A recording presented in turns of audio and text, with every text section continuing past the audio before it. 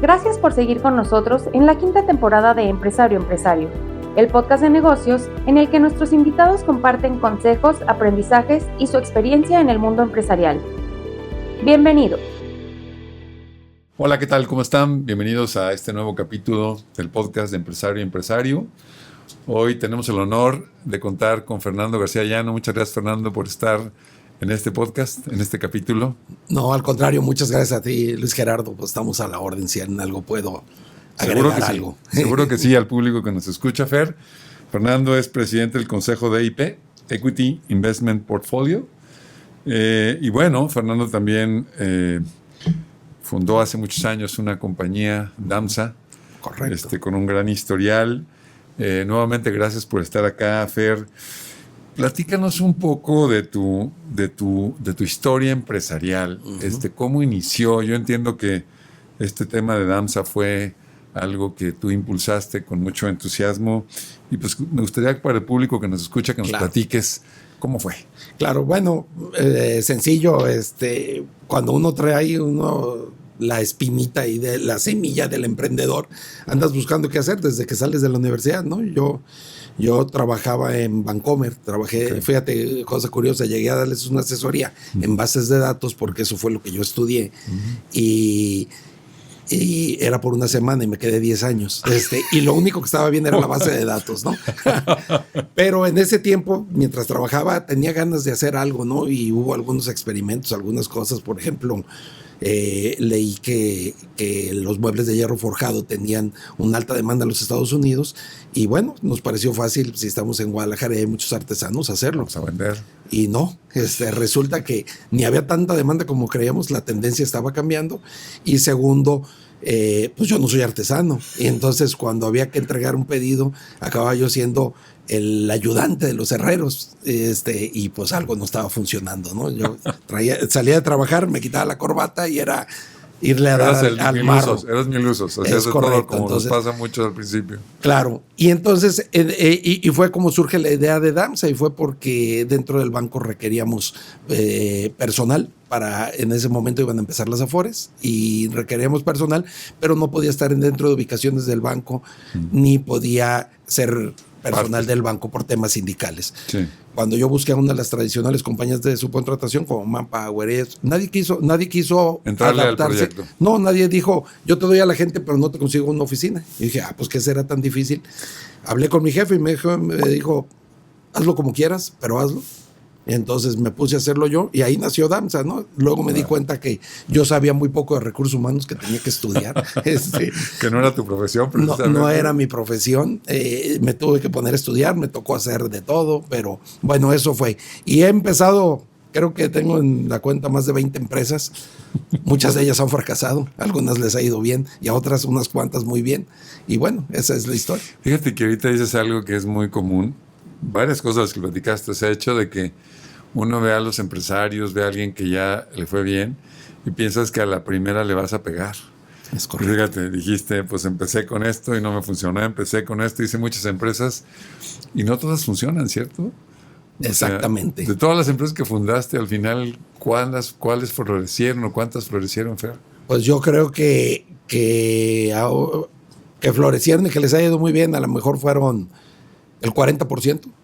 Probablemente, y que subsistan a lo mejor es hoy día el 30% de las que he iniciado, no más que eso, ¿no? Yo comparo un poco al emprender a un bateador. Al único que no pega de hit es el que no se va a la caja de bateo, ¿no? Claro. Te vas a ponchar, pero eventualmente pegarás un hit, y si insistes suficiente puedes pegar un home run. Es equivalente, ¿no? Sí, claro. Yo así lo veo y sí, yo considero que el empresario cuando tiene éxito, la gente cree que siempre le fue bien y te dicen qué buena suerte. Y dices, no es buena suerte, es tenacidad, es trabajo. No hay otra fórmula. El que trabaja muy duro le va bien. O sea, como dicen, al que madruga, Dios lo ayuda. Es correcto. Y al que se duerme tarde también. Esa parte no me la sabía. Sí, es muy claro, ¿no? O sea, es decir, como que el espíritu del empresario, la persistencia, el encontrar sí. De hecho, me gustaría profundizar un poco ahí en el caso de Damsa. Tú dices, bueno, empezó por una necesidad que tú detectaste y que no estaba cubierta. Como casi empresa, pues ahora sí que todas las empresas. Así es. Pero luego eso te lleva a otras cosas, porque entiendo que no era lo único que hacía Damsa. O sea, al principio fue una especie de lo que se conoce como la subcontratación, ¿no? Así es. Una labor especializada que otra empresa necesita hacer y tú le provees los recursos, pero hubo más, ¿cierto? Sí, fíjate que fue una empresa así, empieza textualmente a cubrir una necesidad, no sabíamos qué estábamos haciendo, pero lo tratábamos de hacer, no sabíamos dónde estaba el negocio, pero lo buscamos, y luego llegó un momento en que empezamos, ese proyecto con el banco se acabó muy pronto, en 3 meses, y entonces el poquito dinero que se había hecho fue tomar la decisión si nos lo repartíamos. Y terminábamos el negocio. Y acabábamos, o si el negocio era de verdad. Y pues decidimos darle de lleno. Me tocó cubrir todas las posiciones, hacer nóminas, todas, cobrar, hasta de mensajero. Gente, hasta de mensajero, textualmente. Bueno, me tocó ir a reclutar casa por casa, como se reclutaba antes, ¿no? Claro, tocando la puerta. Eso, gracias a Dios, ya pasó. Pero se aprende mucho. Todo lo que hagas por tu empresa es un aprendizaje y como dueño estás tomándole el valor, aunque sea mucho trabajo, ¿no? Y sin duda, bueno, la empresa creció muchísimo, siguió del área de los recursos humanos, luego tuvo algunas variantes. Tenemos la filosofía de reinvertir las utilidades.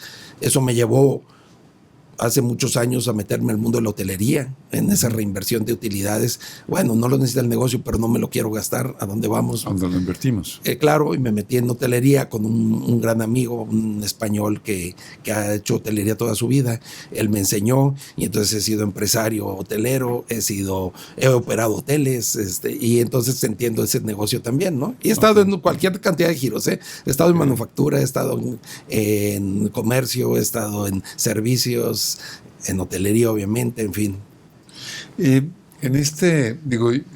Así como lo hablas de el empresario tiene que ser persistente, finalmente esto también implica aprendizajes, ¿no?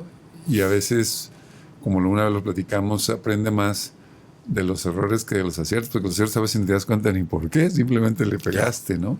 Cierto.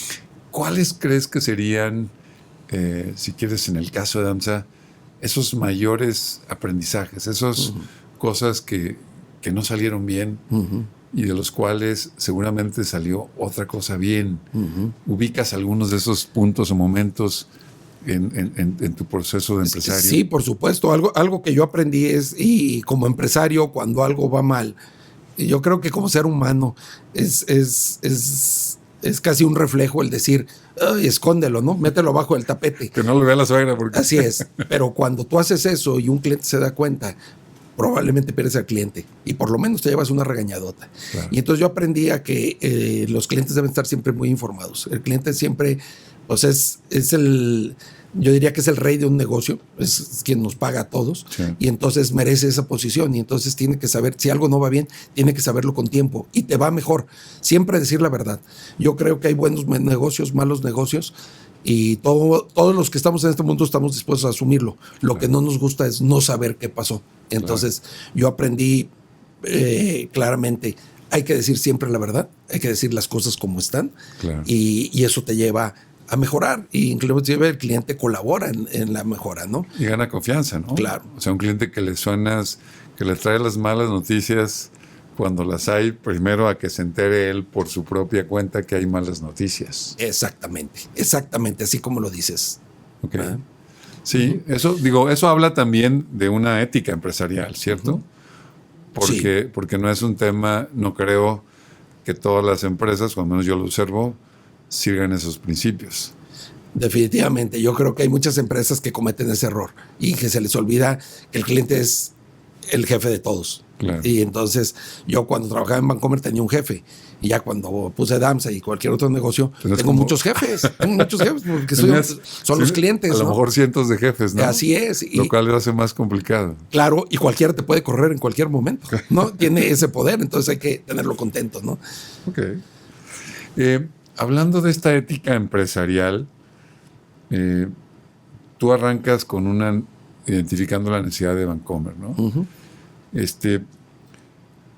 ¿Cómo eso va al tema de la ética del para qué son los negocios, ¿no? Así es. Que no creo que es algo completamente entendido en el ambiente empresarial. ¿Cuál es tu perspectiva, Fernando, de para qué son las empresas, para qué son los negocios? Sí, qué buena pregunta. Y como dices, creo que conozco muchos empresarios y hay muchos que inclusive han sido muy exitosos y todavía no saben para qué. Y saben el por qué, pero no el para qué, ¿verdad? Y ese es mucho más profundo, ¿no? Claro. Y bueno, yo estoy convencido que más allá de, y lo dirían los emprendedores a los jóvenes, bueno, es que lo primero que quieren es ganar dinero. Y eso es lógico y si estás en el mundo económico no nomás es lógico y deseable. Es bueno porque generas derrama y generas economía. Pero es un objetivo muy, muy, muy pobre. Eso corto plazo. Muy a corto plazo y de alguna forma fácil de lograr, ¿no? Yo creo que las compañías tienen que tener una razón de existir socialmente. Tienen que cubrir alguna necesidad de la comunidad. Y yo siempre trato de ver a las compañías como personas. Y si la compañía es una persona, pues debe ser un buen ciudadano. Debe involucrarse y participar por el bienestar de todos los que están incluidos interna y externamente a la compañía, los famosos stakeholders, ¿no? ¿Quiénes son esos? Para nombrarlos más específicamente desde tu perspectiva y si tienen alguna importancia relativa. Sí, bueno, para mí es importantísimo, obviamente, internamente tus empleados. No es rollo, a lo mejor porque he estado en el área de capital humano. Lo ves más con más claridad. Realmente es un capital y es el más importante. Sin gente es muy difícil hacer algo. Simplemente no se puede hacer. No se puede y gente talentosa. Ese talento hay que desarrollarlo también. No necesariamente llega como está. Y bueno, obviamente tus clientes, como comentábamos, tus clientes son parte fundamental de la empresa. Pero también tus proveedores. Luego hay quien trata a los proveedores muy mal. Y los proveedores, si te dejan de proveer, estás en un problema, ¿no? Eso hacia la parte interna. Hacia la parte externa, y que es más importante, es la comunidad. ¿Dónde está sentada tu empresa? ¿Cómo te ven los vecinos? ¿Eres un buen vecino o eres un mal vecino? Por ejemplo. Sí, y deberías de ser un buen vecino. ¿Cómo participas en la comunidad? Oye, hay un problema en la zona, en el municipio o en el estado. ¿Te estás involucrando en resolverlo o estás esperando que alguien más lo haga, ¿no? ¿Qué haría un buen ciudadano? Eso es lo que tiene que hacer tu empresa, ¿no? Claro. Y creo que si los empresarios vemos las cosas así, mejoraremos muchos de los problemas que hay. Claro. Sí, yo creo que ahorita que hablas de la empresa como un ciudadano, así como quizás no todas las empresas lo sean, quizás no todas las personas seamos buenos ciudadanos, ¿no? Entonces esa visión compartida y esa comparación me parece muy pertinente, porque finalmente un ciudadano pues tiene que trabajar, tiene que producir y generar algo, ¿no? Por supuesto también usa servicios públicos, pero tiene que preocuparse y ocuparse no solamente de lo suyo, sino que ver un poquito más allá. Exactamente. ¿Lo entiendo bien? Exactamente, el bien común. El bien común. Todos nos tienen que ir bien, ¿no? Claro. Déjame regresar un poquito a algo que comentaste ahorita hablando de desarrollar el talento. Sobre todo que tú formaste una empresa que tiene que ver con gente. Desarrollar el talento, muchas veces escuchaban, lo desarrollas y luego pues se te va. Y luego esa otra persona y no lo desarrollas y se queda. Que es peor. ¿Tú qué piensas al respecto en ese tema del desarrollo de talento? Fíjate que históricamente yo he sentido que cuando alguien bueno, y yo realmente creo que en estos años he desarrollado algunas personas, inclusive llegamos a pagar maestrías en el TEC de Monterrey, algunos a tus colaboradores. Sí, y algunos se fueron, terminando la maestría. Pero yo creo que debes ver hacia ti, no hacia él. Él, como cualquier persona, está buscando dónde le va a ir mejor. Él no encontró contigo, que encontró fuera. Y eso es algo que no. El problema no está en la persona que se haya ido, sino que no hicimos. Exactamente, que no hicimos. Y si el problema estuviera en ellos, ¿qué problema de lealtad no detectamos? Porque tampoco puedes invertir en alguien, dicen por ahí, en madera que no agarra barniz, ¿no? Claro, o sea, y yo creo que tiene mucho que ver en dónde trabajas y qué consigue de lo que está buscando el empleado donde está trabajando. Yo creo que ahí es donde está la clave. Y generalmente no es un tema económico. Sí. Generalmente es un tema más de cuánto los involucras en la toma de decisiones, cuánto pueden aplicar los que saben. Claro. Cuánto les demuestras verdaderamente cariño. Yo creo que en las empresas empezamos a formar familias. Claro. Y entonces va mucho más de la relación laboral. Y bueno, ese cariño hay que entregarlo. ¿Por qué tu hijo no se fue de la casa o sí se fue de la casa? Eso hay que cuestionarlo. Bueno, el mismo un empleado, ¿no? Claro. Sí, fíjate que ahí es voltear a ver hacia adentro y no simplemente echar la culpa al que se fue, pues sería más inteligente fuera de todo. Porque bueno, pues eso te pasó una vez, pues te va a volver a pasar.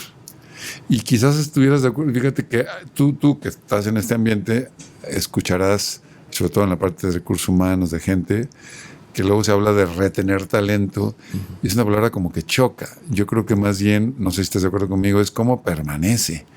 Porque retenerse no como a cárcel, ¿no? Y pues no eres cárcel, ¿no? Ninguna empresa somos cárcel, o sea, más bien que la persona se quiera quedar. Coincido contigo, fíjate que es un buen razonamiento y no es una buena palabra, no tiene una buena connotación. Y eso nos programa. No porque de eso se habla, ¿no? De retener talento. Exactamente, no retienes a tus hijos. No. ¿Por qué tendrías que retener a tus empleados, no? Ni que fueran deben de estar presos. contentos donde están. Sí, claro. Lo entiendo, no son presos.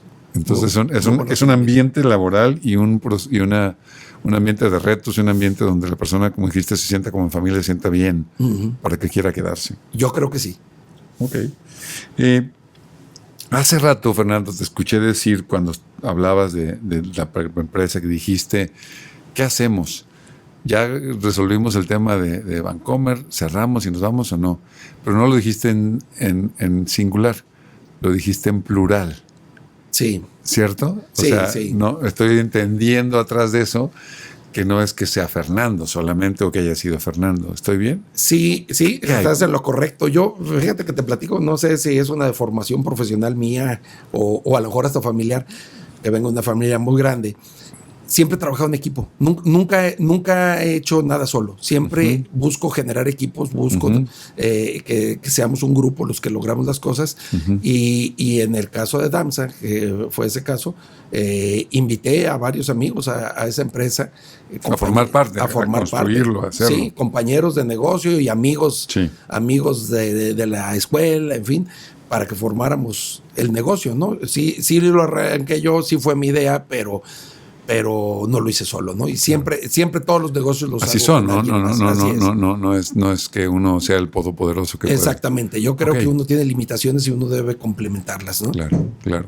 Y entonces, tú tuviste en ese negocio varios socios. Sí. Ok. Pero ahora ya no estás en Damsa, ¿por qué?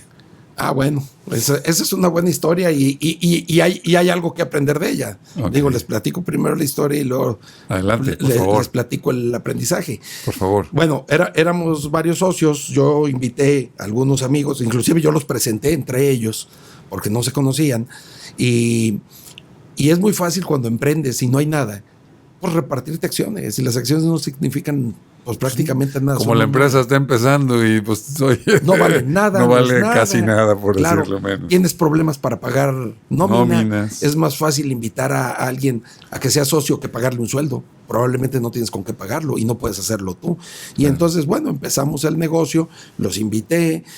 Oye, y antes, perdóname, hoy existe mucho el tema de las startups y hay mucho dinero alrededor que se puede dar. En ese entonces no creo que hubiera esas facilidades, ¿cierto? No, y probablemente algunas ya habían empezado, pero yo no lo conocía. No. Era cuánto ganas y cuánto de lo que ganas lo puedes dedicar al negocio nuevo, ¿no? Claro. Era básicamente, yo me acuerdo que... Perdón, te interrumpí. No. Inclusive alguna vez le pedí un préstamo a mi papá para cubrir un adeudo y así es como se hacía antes. Así. Y creo que hoy todavía es válido. En las etapas iniciales normalmente sucede. Sí, es cuánto traes, cuántas canicas traes y ese es el juego que puedes jugar, ¿verdad? Claro. No, qué buena pregunta. Mira, y te platicaba yo, entonces, bueno, después de 23 años de estar en ese negocio y que había cubierto prácticamente todas las posiciones, lo conocía como la palma de mi mano, yo lo vi crecer, teníamos un gran equipo de trabajo, en fin, pero empezó, y ahora lo veo, empezó a haber ciertas incomodidades antes sobre la visión, sobre a dónde debía ir el negocio. Venía las elecciones que ganó López Obrador, todavía no habían sucedido, ya veía yo ciertas cosas, mis socios veían otras, y empezaba a haber diferencias después de 20 tantos años. Y curiosamente yo no lo supe leer, y un día llegué en la mañana, poco antes de la pandemia, y me dijeron... Pasa a la sala de juntas, sí, ¿qué pasó? Y estaban reunidos y me comunicaron que a partir de ese día yo no los representaba y que yo no era el director general en ese momento. Wow.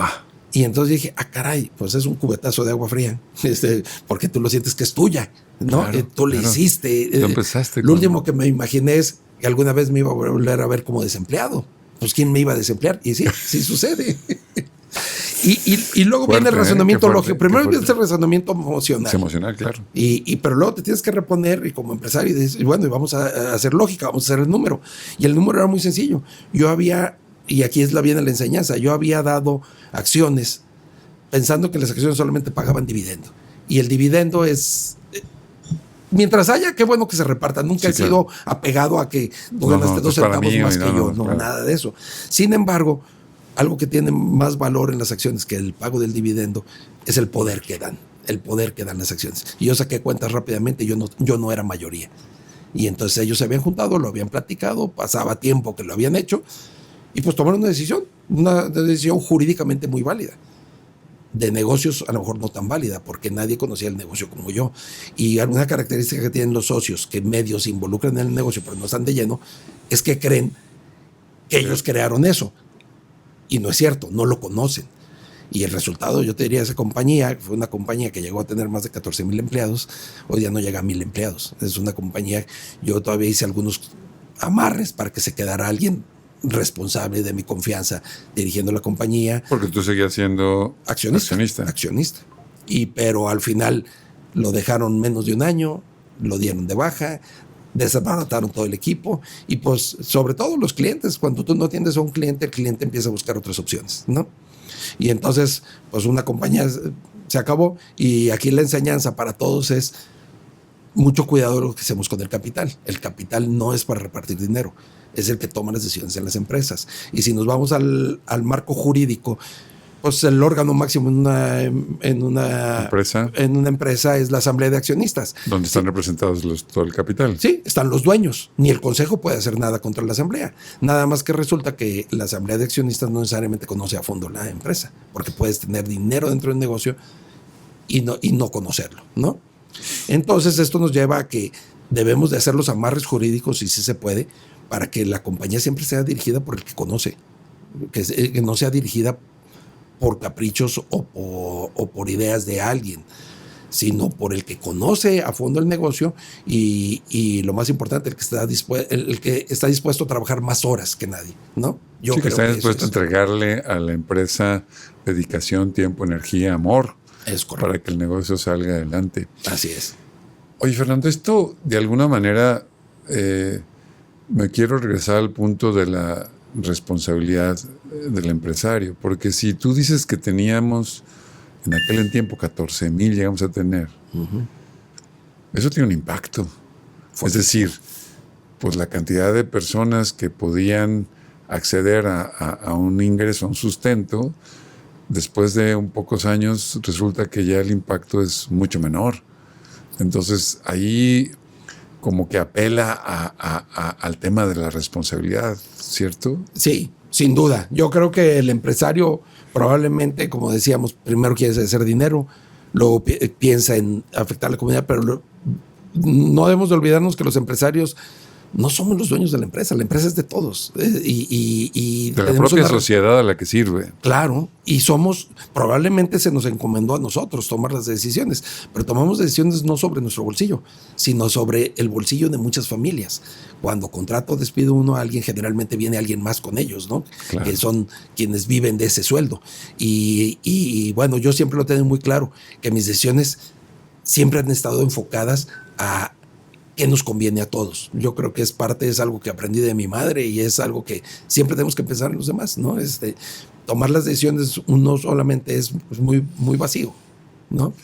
Sí, es un tema de fondo al final, el hecho de que lo que acabas de decir, que la empresa pues tiene unos accionistas, pero no significa que tú puedas armar a capricho y deshacer, porque lo que haces tiene implicaciones en muchas personas, no solamente en ti mismo. Digo, pues vas a decir para ti, pues es libre, ¿no? Claro. Pero ya no puedes decir, pues me mando solo y hago lo que da mi regalada gana, ¿no?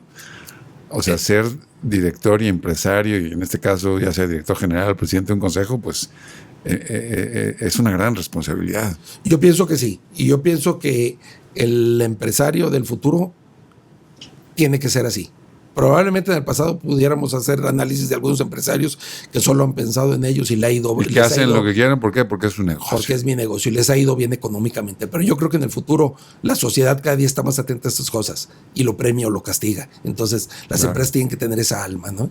Claro. Oye, cuando platicábamos de esto antes y yo no conocía esta historia, no puedo dejar de pensar en lo que le pasó a Steve Jobs, ¿no? Sí. Que haber formado Apple y luego lo corrió. Y finalmente regresó, claro, porque había un ingrediente que él tenía, un genio, que finalmente pues le hacía pues, conocer el negocio quizás como nadie. Y en ese sentido, más que otra cosa, si pudieras compartirnos, ¿y qué pasó? O sea, ¿cuál fue esa catarsis que ocurrió en ti? Además de esta reflexión que tienes de chin, pues hice cuentas y pues sí, se quedó el negocio en manos de quien no necesariamente eran las mejores personas para dirigirlo, pero pues ya no podías hacer gran cosa porque legalmente estabas impedido. No sé si esa reflexión, esa catarsis, cómo ocurrió, si pudieras platicarnos un poco. Sí, claro. Y al final, además de este aprendizaje, no sé, ¿hay alguna otra cosa que te llevó a iniciar algo nuevo? ¿Cómo fue ese proceso, Fer? Sí, mira, fíjate, qué buena pregunta. Y mentiría si dijera que no lo he pensado, porque todos sabemos la historia de Steve Jobs. Digo, nada que ver. Conocen dimensión, pero como la región. Empresarios son empresarios. No 4, la región 324, ¿no? Pero sí, yo cuando veo la historia de Steve Jobs la veo diferente ya. Y ya la conocía, pero la veo diferente porque un poco lo viví, ¿no? Claro. Un día llegó él al consejo y ya no era. Ya no era. Pero eso nos dejó Pixar y algunas otras cosas, ¿no? Claro. Porque se fue a crear otro lado. Claro. Y yo creo que es un poco lo que a mí me pasó. Sí me pasó. Y lo primero es, sales de tu oficina y dices, primero viene el orgullo y dices, yo no me voy a quedar donde no me quieren, con permiso. Y te sales, pero lo dices desde el problema de, ¿cómo se lo comunico a mi familia? ¿Cómo se lo comunico a mis hijos? ¿Verdad? Sí, o sea, me acaban de correr de mi propia empresa y todavía no lo digieres y luego lo tienes que comunicar. Es un tema interesante. Pasa rápido, gracias a Dios. Creo que a mí me pasó muy rápido, probablemente no más de una semana, en que yo dije, bueno, esto pasó, hay que asumirlo, vamos para adelante, ¿qué sigue? Y viene un proceso muy, muy importante después de eso, que es que tienes que hacer un inventario de tus habilidades y un reconocimiento bien, bien claro de tus áreas de oportunidad. Es muy importante decir, ok, ya estoy solo otra vez. Yo ya lo hice alguna vez y me costó mucho trabajo. Y luego el empresario sabe que una buena parte fue trabajo y una buena parte fue circunstancias, fue suerte. Entonces dices, no estoy seguro que lo pueda volver a replicar. Tengo que aplicarme a fondo. Y entonces, pues viene desde el pensar a qué me voy a dedicar, que yo con tantos emprendimientos sí tenía algunas opciones. Decía, bueno, puedo darle más duro a esto o aquello. De lo que ya tengo. Formado. Sí, pero tuve que hacer ese análisis hacia adentro y reconocerme quién soy y en qué la regué, porque también hubo errores míos. Nadie somos perfectos. Nadie. Y reinventar una mejor versión de ti, ¿no? Y eso fue lo que me llevó. Fíjate que tengo un socio, Luis Enrique Navarro, que es un financiero muy, muy hábil y una persona muy avesada en la parte comercial, que ya teníamos tiempo con un negocio que se llama IP y que tenía que ver con Equity Investment Portfolio, y es traer nuevas formas de invertir a la gente. Él es muy social y dice, bueno, es que las verdaderas oportunidades de inversión solamente se le presentan a unos cuantos y generalmente son de la élite. ¿Cómo es que los que somos del pueblo podemos acceder a esas oportunidades? A esos beneficios. Y entonces, aquí se junta el hambre con las ganas de comer, ¿no? Yo, con más de 20 años de experiencia hotelera, como inversionista y como operador, y él con unas ideas muy novedosas de lo que es las finanzas, pues le dimos más vida a esta empresa que habíamos creado y dijimos, bueno, vamos especializándonos en hotelería. Y hoy lo que hacemos es que la hotelería en el mundo inmobiliario es por mucho el negocio más rentable. Okay. ¿Por qué? Pues por lógica, si tú tienes un terreno, ganas plusvalía. Si le subes un edificio, vas a ganar rentas. Pero si tú le montas una operación, vas a ganar dividendos. Y siempre unos son mayores que otros, ¿no? Claro. Entonces, y la hotelería es un negocio comprobadísimo, inclusive en pandemia, que siempre reparte dinero. Y es por eso que rara vez, o sea, normalmente te venden departamentos o locales comerciales o alguna bodega, pero nunca te quieren vender los hoteles. Y es que porque los hoteles son un gran negocio, son muy patrimoniales porque tienes que construir un edificio y eso lleva a que tienes que tener una demanda muy importante de capital y eso hace que no puedas replicarlo muy seguido, ¿no? Claro. Y necesitas inversionistas diversos o en gran cantidad dependiendo de lo que haya que aportar. Exactamente, y eso es lo que hace nuestro modelo.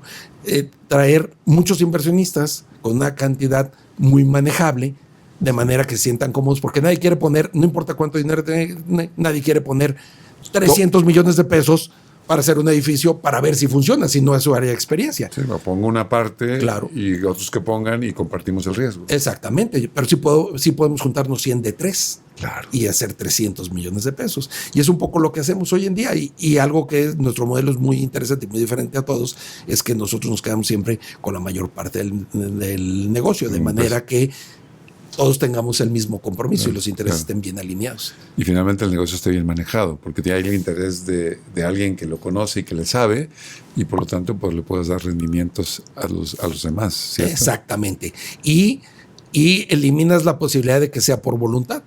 O sea, dices, si quiero que me vaya bien, le tiene que ir bien a ellos.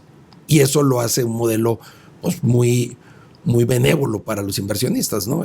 Claro. Y hoy día estamos haciendo el hotel que está aquí cerca de Andares, el hotel World Hotels Acueducto, y va muy bien. Se abre en diciembre y eso es básicamente a lo que me estoy dedicando.